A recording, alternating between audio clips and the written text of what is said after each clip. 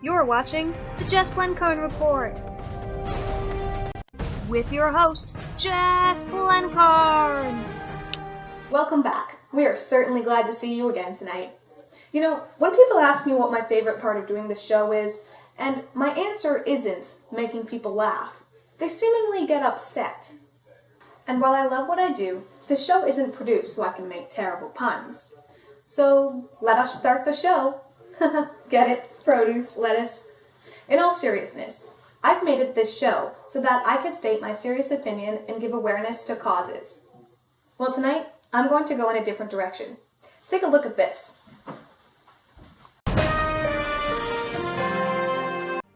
For many people, just hearing the words climate change causes an immediate trigger response, with random jabbering phrases spewing out of their face such as, "It's natural."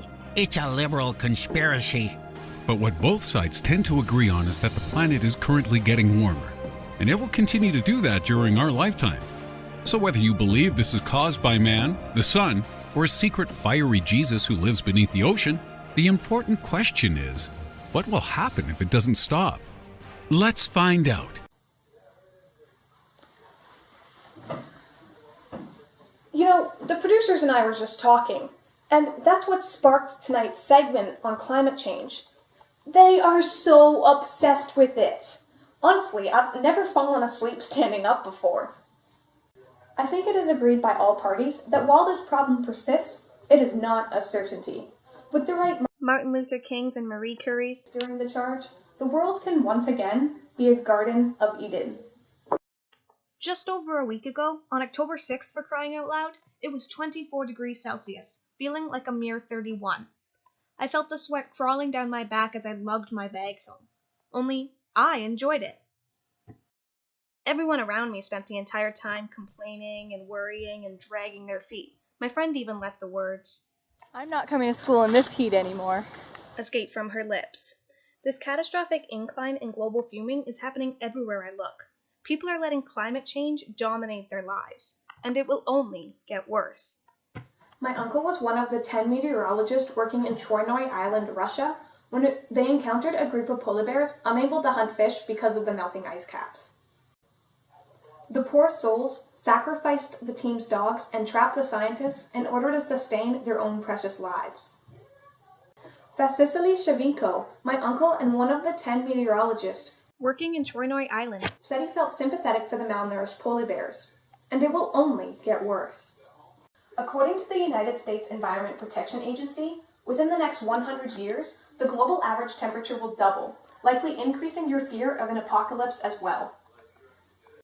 In 1954, Albert Einstein said, we shall need a substantially new way of thinking if humanity is going to survive.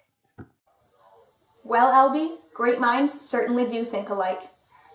I do therefore humbly offer the most manifest conclusion to this great threat, which is more than widely underappreciated for its intellectual genius.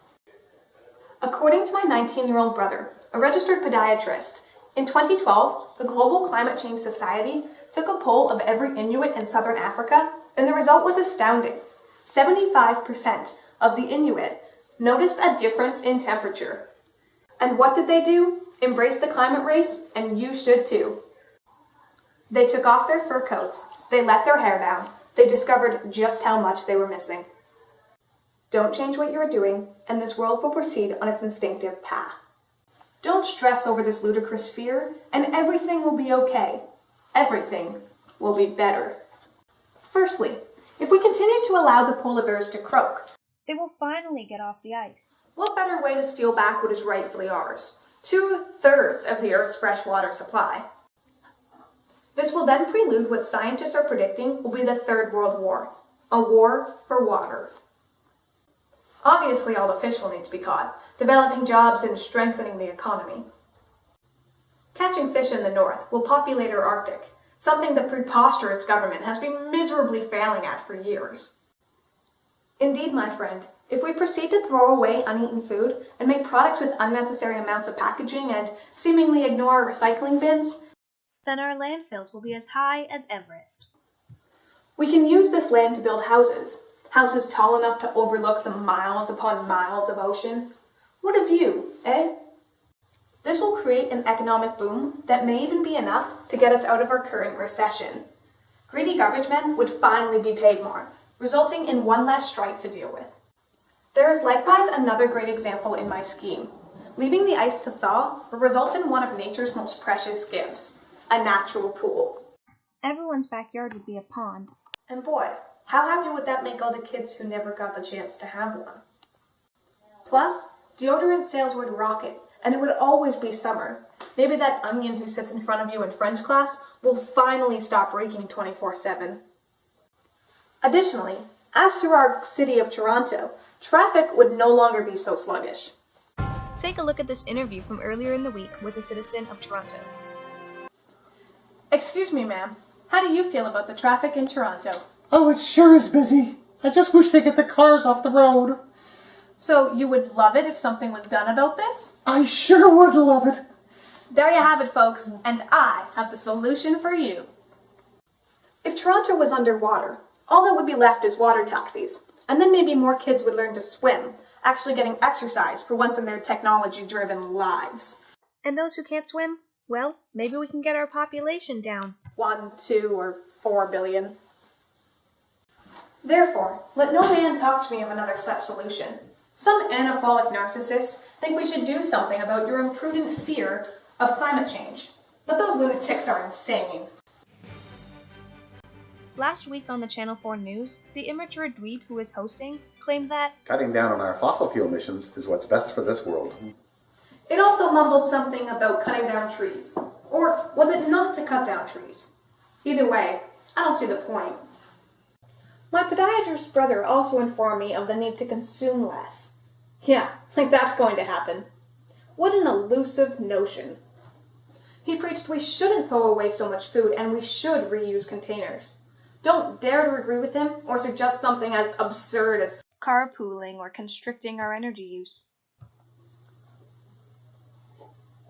I'll tell you, China has it all wrong. What's with their one child per family rule they've got going on?